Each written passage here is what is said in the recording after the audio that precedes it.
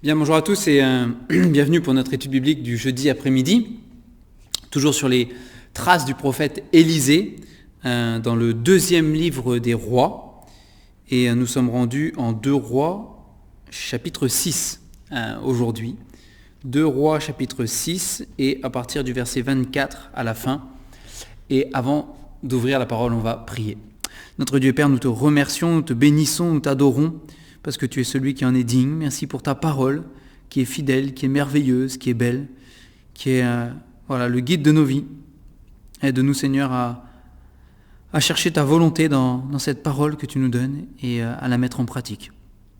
Bénis chacun, prends soin, Seigneur, de chacun, petits et grands, et ceux qui sont en forme comme ceux qui sont moins en forme, Seigneur, que tu puisses veiller sur chacun et poser ta bonne main.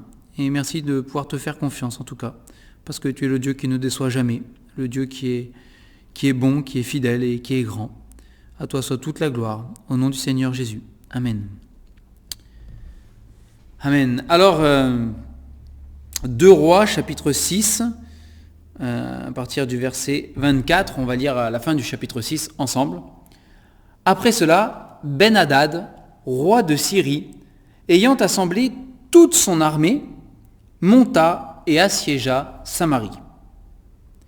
Il y eut une grande famine dans Samarie, et ils la serrèrent tellement qu'une tête d'âne valait 80 cycles d'argent, et le quart d'un cap de fiente de pigeon, 5 cycles d'argent. Et comme le roi passait sur la muraille, une femme lui cria « Sauve-moi, ô roi, mon Seigneur !» Il répondit « Si l'Éternel ne te sauve pas, avec quoi te sauverai-je? Avec le produit de l'air ou du pressoir ?» Et le roi lui dit « Qu'as-tu » Elle répondit « Cette femme-là m'a dit « Donne ton fils. Nous le mangerons aujourd'hui et demain nous mangerons mon fils. Nous avons fait cuire mon fils et nous l'avons mangé, et le jour suivant, je lui ai dit « Donne ton fils et nous le mangerons. » Mais elle a caché son fils. Lorsque le roi entendit les paroles de cette femme, il déchira ses vêtements en passant sur la muraille, et le peuple vit qu'il avait en dedans un sac sur son corps. Le roi dit « Que Dieu me punisse dans toute sa rigueur, si la tête d'Élisée, fils de Shaphat, reste aujourd'hui sur lui. » Or, Élisée était assis dans sa maison, et les anciens étaient assis auprès de lui. Le roi envoya quelqu'un devant lui, mais avant que le messager soit arrivé, Élisée dit aux anciens « Voyez-vous que ce fils d'assassin envoie quelqu'un pour m'ôter la tête ? Écoutez, quand le messager viendra, fermez la porte et repoussez-le avec la porte. Le bruit des pas de son maître ne se fait-il pas entendre derrière lui ? » Il leur parlait encore, et déjà le messager était descendu vers lui et disait « Voici, ce mal vient de l'Éternel, qu'ai-je à espérer encore de l'Éternel ?» Donc c'est un passage compliqué, un passage difficile que nous avons là, non pas dans la compréhension de ce qui se passe. On comprend très bien que le roi de Syrie, Ben-Hadad, avec toute son armée, est venu envahir Samarie et assiéger la ville de Samarie, qu'ils ont fait un siège tellement, il dit qu'il est serré de près, c'est ce qu'il dit au verset 25, ils la serrèrent tellement, c'est vraiment, il n'y avait rien qui passait. Faire le siège d'une ville, c'est faire un blocus tout autour de la ville pour empêcher quiconque veut sortir de sortir ou quiconque veut rentrer de rentrer. Et le but d'un siège, c'est d'affamer la population, d'affamer la ville pour qu'elle se rende, qu'elle dépose les armes et qu'elle se rende. Et dans l'histoire de l'humanité, de nombreuses villes sont tombées, de nombreuses places fortes, châteaux même, sont tombés à cause d'un siège, parce qu'au bout d'un moment, il n'y a plus de nourriture. Alors et du coup, puisque c'est assiégé, puisque la ville de Samarie est assiégée, il y a une famine qui s'installe, une famine produite par l'homme, pour le coup, par les armées ennemies, et les gens n'ont plus rien à manger. Et la valeur la valeur des choses explose. C'est forcément, quand vous ne trouvez plus de nourriture nulle part, le moindre petite miette de nourriture ou de chose qui peut se manger, eh bien, tout de suite, ça vaut très, très, très cher. Très, très cher. Très, très cher. Et puis, vous avez le roi qui passe sur la muraille, on l'a lu, Et pendant qu'il passe sur la muraille, il est apostrophé par une femme, là, interpellé par une femme qui lui dit « Sauve-moi ». Donc ce roi, c'est Joram, le fils d'Akab et de Jézabel. C'est un roi, dit la parole, qui a marché dans les mêmes traces que son père et que sa mère, dans ses idolâtries, dans son irrespect de l'Éternel, parfois même sa guerre contre l'Éternel, sa haine de l'Éternel. Et ici, dans sa réponse, verset 27, il répondit « Si l'Éternel ne te sauve pas, avec quoi te sauverai-je ? Avec le produit de l'air ou du pressoir ?» Donc dans l'air et dans le pressoir, il n'y avait plus rien, ni à manger ni à boire. C'était terminé, c'était la famine. Et s'il invoque l'Éternel ici, c'est pas vraiment pour invoquer l'Éternel. C'est plus un reproche qui est fait à Dieu ici.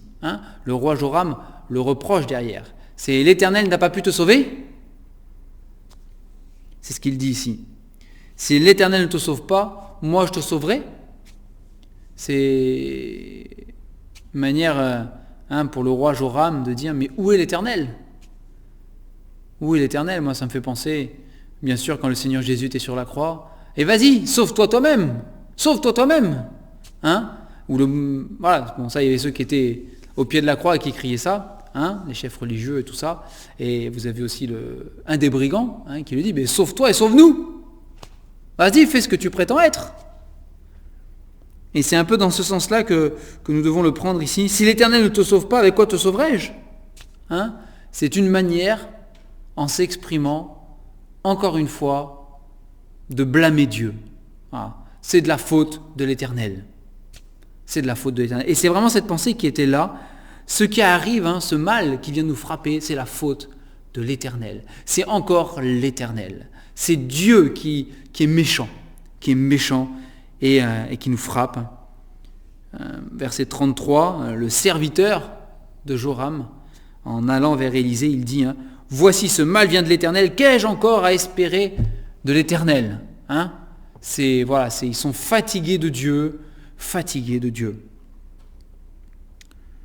Alors, le roi demande quand même, après il aurait pu demander directement à la femme, mais qu'y a-t-il ? C'est ce qu'il lui demande après. Qu'as-tu ? Mais non, il fallait d'abord qu'il insiste sur le fait que l'Éternel n'avait rien fait, que l'Éternel ne faisait rien, que l'Éternel ne sauvait pas, que l'Éternel n'intervenait pas. C'était vraiment, il fallait le souligner pour lui. Dans sa rébellion contre Dieu, il fallait qu'il souligne la chose. L'Éternel ne te sauve pas, et moi je te sauverai. Alors il demande à cette femme ce qu'elle a, et cette femme expose son litige, et là nous arrivons dans des choses qui sont abominables, il faut le dire, abominables, inimaginables pour nous, des choses qui sont loin d'être réservées à ce moment-là dans l'histoire de l'humanité. Le prophète Jérémie en parle aussi avec le siège de Jérusalem, et dans l'histoire de l'humanité, et dans les sièges qui ont été faits, et dans les famines qui ont existé, malheureusement, c'est arrivé que à l'extrémité de l'extrémité, les hommes et les femmes deviennent cannibales au point de manger d'autres hommes, d'autres femmes, leurs propres enfants. Et c'est la décadence de cette humanité qui rejette Dieu. C'est la décadence de cette humanité qui reçoit ce que son péché engendre. Mais voilà, il y avait cette histoire et cette femme s'est fait tromper par sa voisine qui avait dit qu'ils mangeraient chacun leur tour leur fils, et puis quand ça a été son tour, elle n'a pas voulu. Alors le roi, lui, loin de trancher cette affaire, malgré toute sa rébellion contre Dieu, sa guerre contre l'Éternel, malgré tout ce qu'il peut reprocher à Dieu, entendre ça de la part de son peuple, c'est quand même trop. Et donc il déchire ses vêtements. On voit qu'il avait un sac sur son corps, dessous ses vêtements.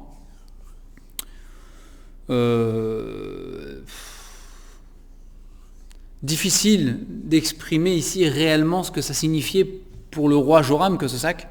Normalement, quand on prenait le sac et la cendre, c'était qu'on s'humiliait, qu'on se repentait. Il n'y a aucune repentance chez Joram, ici. Il n'y a pas de repentance, que des reproches à l'Éternel. Mais de manière rituelle, de manière traditionnelle, de manière religieuse, de manière peut-être superstitieuse, il avait mis le sac. Et parce qu'il avait mis le sac, peut-être que dans son esprit, Dieu aurait dû répondre. Dieu aurait dû répondre. Et Joram avait oublié une leçon importante, c'est que Dieu ne regarde pas l'apparence, Dieu regarde au cœur. Combien de chrétiens donnent la dîme ou font des dons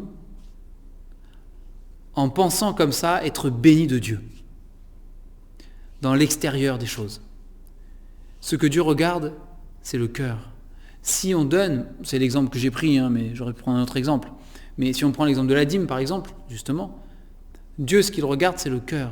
Est-ce que je donne la dîme parce que j'ai vraiment dans mon cœur un esprit de reconnaissance pour le Seigneur? Je suis reconnaissant envers l'Éternel. Reconnaissant. Je n'attends rien de Dieu. Rien. Si ce n'est ce qu'il me promet dans la parole, mais je n'attends rien de Dieu en retour. Je ne mérite rien. Tout est par grâce. Tout est uniquement par grâce. Je donne parce que ça me plaît de servir le Seigneur de cette manière-là, parce que j'estime que voilà, c'est une preuve de ma reconnaissance pour moi, mais je n'attends rien. Combien de fois dans la manière dont nous agissons, nous chrétiens, enfants de Dieu, on est un peu comme ce Joram, où parce qu'on a le sac, on s'attend à ce que l'Éternel bénisse, et s'il ne bénit pas, ou s'il ne répond pas comme on le veut, on est aigri. On est aigri. Pourtant, j'ai fait l'effort, je suis venu à tous les cultes. Tous les dimanches, j'étais là. Toutes les études bibliques même.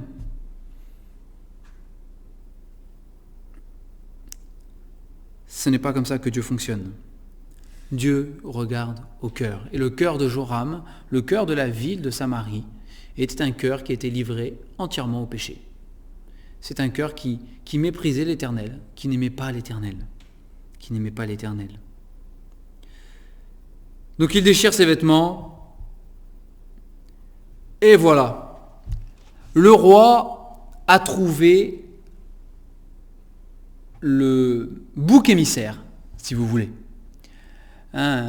Entendez par là, non pas l'expression biblique du bouc émissaire nécessairement, mais voilà, la personne qui va pouvoir payer à la place de Dieu. Parce que Joram est incapable d'attaquer directement Dieu. Personne ne peut attaquer Dieu. Personne. Il est inattaquable. On peut blasphémer, on peut produire de la haine, de la colère, des insultes, tout ce qu'on veut à l'égard de Dieu. On peut même ignorer son existence ou la rejeter, mais on ne peut pas attaquer Dieu. Il est inattaquable. Il trône haut dans les cieux. Il est grand, il est puissant, et personne ne peut l'atteindre. Personne. Mais Joram connaissait un ambassadeur de l'Éternel. Il connaissait le prophète Élisée. Et puisqu'il ne peut pas déverser sa colère sur l'Éternel directement, sur qui va-t-il déverser sa colère? Sur l'ambassadeur, sur Élisée. Sur Élisée. Et donc, au lieu de se mettre à genoux avec son sac, de pleurer, de se repentir sur son péché, sur le péché même de la ville, non. Verset 31. Que Dieu me punisse dans toute sa rigueur si la tête d'Élisée, fils de Shaphat, reste aujourd'hui sur lui. Et encore, il invoque le nom de l'Éternel en vain en plus. Il a trouvé le coupable, celui à qui va pouvoir s'en prendre. Élisée, ce prophète de malheur, qui ne prophétise que du mal. Élisée, c'est lui qui va payer. C'est de sa faute à lui. De la même manière que du temps du prophète Élie, avant Élisée, Élie avait prié pour qu'il ne pleuve plus, et forcément il était recherché pour être mis à mort parce que c'était l'ennemi public numéro 1. Si on tuait Élie, Akab et Jézabel, les parents de Joram, avaient fait la chasse à Élie pour essayer de le mettre à mort en pensant que ça allait changer quelque chose, que c'était à cause de lui que le malheur venait. De la même manière, Joram va se mettre en chasse contre Élisée, l'ambassadeur de l'Éternel. Alors on voit ici que pendant ce temps-là, lui, Élisée, il est assis dans sa maison, il a les anciens d'Israël. Alors c'est vraiment intéressant, c'est intéressant, cette conception de la chose. Donc chez Élisée, assis dans sa maison. Donc ça veut dire qu'il était aussi dans Samarie ici. Hein. Ça veut dire qu'il était aussi dans Samarie. Et on voit que les anciens sont chez Élisée. Moi, ça m'a interpellé, j'avoue. Le roi, au lieu de se promener sur la muraille avec son sac à l'intérieur, mais avec un cœur qui n'est pas du tout repentant, est-ce que le roi n'aurait pas mieux fait, avec les anciens, d'être chez Élisée? Les anciens étaient là.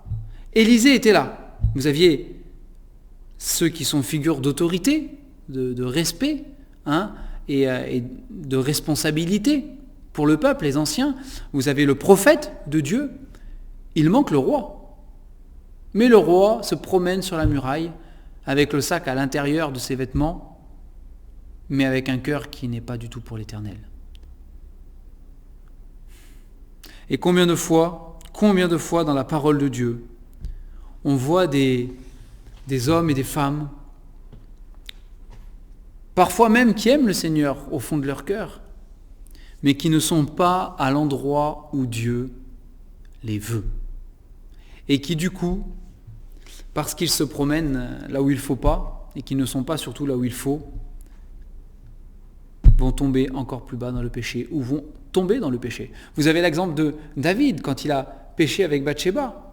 Il se promenait sur les murailles, lui aussi. Hein, et il a vu Bathsheba, il a convoité cette femme. Mais l'armée était à la guerre. Que fait-il, lui, dans son palais, bien à l'abri, pendant que tout le monde est à la guerre? Il aurait dû être à la guerre avec les autres. Mais quand on n'est pas à la place que Dieu nous demande de prendre, hein, alors on s'expose à la tentation, on s'expose à l'endurcissement de nos cœurs, on s'expose au péché, on s'expose aussi à l'ennemi de Dieu. Et Joram, qui lui de toute manière n'avait pas un cœur pour l'Éternel, il n'était pas à l'endroit où il aurait dû être. Donc vous avez les anciens avec Élisée, et que le Seigneur nous garde, nous, d'être toujours vraiment à l'endroit où il le veut, selon nos responsabilités, selon ce qu'il nous confie. Selon ce qu'il nous confie. Nous sommes une assemblée, nous voulons marcher conduits par l'Esprit, conduits par la parole de Dieu, et parfois nous devons nous réunir pour prendre des décisions selon Dieu, des décisions qui parfois sont agréables, parfois des décisions qui sont peut-être désagréables. Et si cette assemblée est la mienne, si j'y reconnais le corps de Christ, si j'y reconnais l'œuvre de l'Éternel, et que je m'investis dedans, où suis-je quand il y a des décisions à prendre? Où suis-je quand il y a des décisions à assumer? Est-ce que je suis en train de me promener quelque part? Ou est-ce que je suis assis avec mes frères et sœurs pour consulter l'Éternel et pour prendre des décisions, pour invoquer le Seigneur aussi, invoquer le Seigneur? Où est-ce que je me trouve moi quand le Seigneur demande ma présence? Où suis-je? Où suis-je moi aussi? Et donc Élisée, lui, était assis avec les anciens. Et encore une fois, Élisée, Dieu va le prévenir à l'avance de ce qui va se passer. Il va lui dire, voilà, le roi va venir et il veut te décapiter. Te décapiter. Élisée va le dire aux anciens, voyez-vous que ce fils d'assassin, celui qui traite d'assassin, c'est pas qu'il le traite d'assassin, c'est que c'est la réalité, il s'agit d'Akab. Il s'agit d'Akab. Peut-être même Jézabel est englobé dans ce terme aussi. L'un comme l'autre, de toute manière, ont mis à mort des prophètes de l'Éternel. Il dit voilà, il envoie quelqu'un pour m'ôter la tête. Et en plus, il est lâche, il n'est même pas capable de le faire lui-même, parce qu'il envoie quelqu'un devant lui pour le faire, et après, lui, il arrivera une fois que ce sera fait. Et il dit fermez la porte et repoussez-le. Repoussez-le. Donc, on va pas entrer dans les détails. Mais voici le serviteur donc qui arrive et qui dit voilà, voici ce mal vient de l'Éternel, qu'ai-je à espérer encore de l'Éternel? Il n'a plus aucune confiance en Dieu, ce serviteur. En même temps, vu ce qu'il entendait sans doute de la part de Joram et de Jézabel, qui, je vous rappelle, n'apparaît pas là, mais est toujours vivante et toujours là derrière, bien sûr, à conseiller son fils comme il faut. Vous comprenez ce que je veux dire, comme il faut. C'est un marcher bien contre l'Éternel. On verra plus tard dans 2 Rois la fin de Jézabel, mais pour l'instant elle est toujours là, même si elle n'apparaît pas dans le texte. Et du coup, voilà, ce mal vient de l'Éternel, qu'ai-je à espérer encore de l'Éternel? Il a perdu sa confiance en l'Éternel, si tant est qu'il en avait une déjà, ce serviteur. Mais qu'ai-je encore à espérer? Donc peut-être que ça veut... Oui, ça peut signifier quand même que sans doute avant, il avait une certaine confiance ou un certain espoir en l'Éternel. Peut-être qu'au début, si l'Éternel va nous délivrer, je ne sais pas. Mais en tout cas, à ce moment-là, il n'a plus d'espoir. Il n'a plus d'espoir. Pour la suite de l'histoire de ce qui va se passer, je vous donne rendez-vous jeudi prochain. Mais en attendant, et ce sera aussi ma conclusion aujourd'hui, j'aimerais, si on prend la hauteur sur le texte là, revenir sur ce qu'on a dit en passant dessus. C'est le fait que Élisée était l'ambassadeur de Dieu. Et que pour pouvoir atteindre Dieu, pour pouvoir atteindre dans le mauvais sens, pouvoir lutter contre Dieu, pouvoir se battre contre Dieu, pour pouvoir déverser l'amertume qu'on a contre Dieu, la haine qu'on a contre Dieu, puisqu'on ne peut pas l'atteindre directement, eh bien on va ici atteindre l'ambassadeur de l'Éternel. Et je voudrais faire le parallèle avec nous, où l'apôtre Paul, dans le Nouveau Testament, nous dit que nous faisons fonction, nous, chrétiens, enfants de Dieu, nous faisons fonction d'ambassadeurs pour Jésus-Christ. Et c'est ce que nous sommes, frères et sœurs, c'est ce que nous sommes dans ce monde. Nous sommes des ambassadeurs de Jésus-Christ. L'apôtre Paul dit, odeur de vie pour les uns, ceux qui vous accepteront l'évangile que nous prêchons, que nous proclamons, odeur de mort pour d'autres, ceux qui refuseront l'évangile que nous prêchons, à savoir que Jésus-Christ est le sauveur de notre âme et le sauveur de quiconque veut bien croire en Jésus-Christ, veut bien croire en lui, veut bien croire qu'il est mort à la croix à sa place, afin de payer pour ses péchés, demander pardon, se tourner vers Christ et être sauvé. Tous ceux qui font cela, n'est-ce pas, proclament ce message à leur tour autour d'eux. Et ils sont donc des ambassadeurs. Et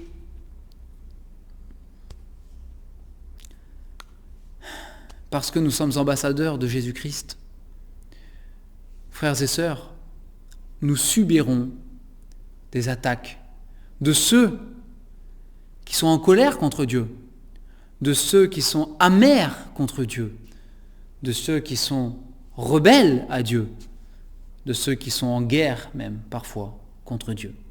Nous subirons ces attaques parce que nous faisons fonction d'ambassadeurs pour Jésus-Christ. Ils ne peuvent pas atteindre Jésus-Christ directement. C'est impossible. Impossible. Alors, ils vont nous atteindre nous. Ils vont chercher à nous atteindre nous.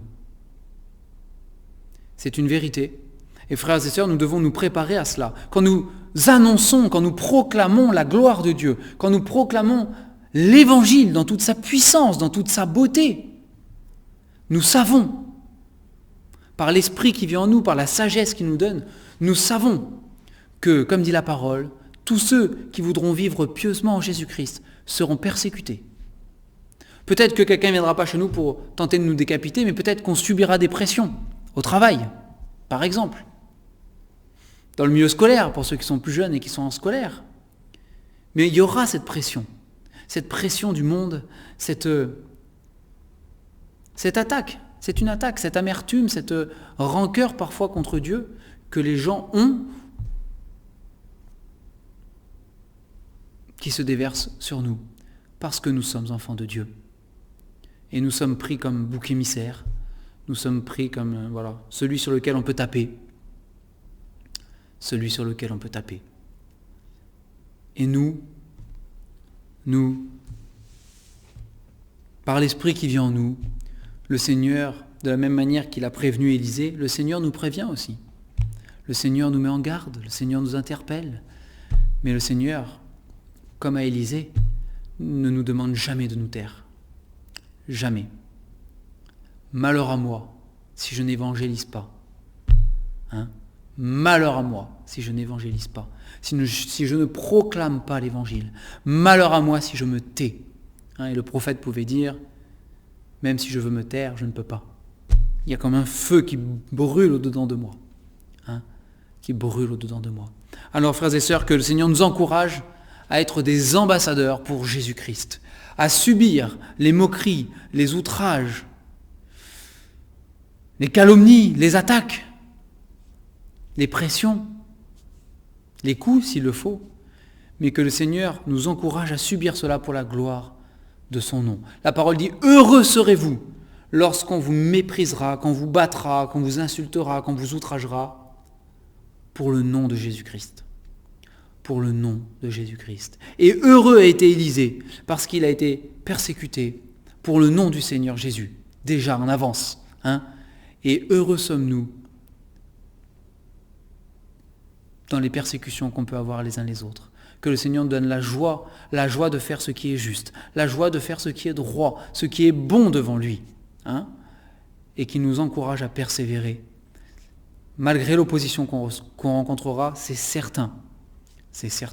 Mais prions, prions les uns pour les autres, prions les uns avec les autres, de tout notre cœur, que vraiment le Seigneur nous donne de tenir ferme, de tenir bon, et d'être des ambassadeurs fidèles, même dans les temps les plus difficiles. On va prier pour terminer. Notre Dieu et Père, nous te louons, nous te remercions pour ta parole, pour l'exemple d'Élisée. Seigneur, c'est vrai que parfois dans nos vies aussi, nous sommes, Seigneur, victimes, c'est le mot, nous sommes victimes de ceux qui sont en colère contre toi ou en guerre contre toi. Seigneur, donne-nous d'aimer ceux qui nous haïssent et ceux qui nous maudissent. Donne-nous de rester fidèles dans notre fonction d'ambassadeur pour Jésus-Christ, de proclamer l'Évangile en vérité, Seigneur, et en action aussi, dans nos vies. Nous te rendons gloire, parce que tu protèges et que tu gardes les tiens, parce que nous pouvons te faire confiance, et que tout ce que tu fais, Seigneur, tout ce que tu permets, eh bien c'est pour ta gloire. Nous te bénissons encore aujourd'hui, au nom du Seigneur Jésus. Amen. Amen, cette étude est terminée, et puisque nous avons de nouveau l'autorisation, eh bien je vous dis à dimanche pour le culte, ici même, sur place, en réel et pas en virtuel, que le Seigneur vous garde, et qu'il puisse vous bénir par sa parole.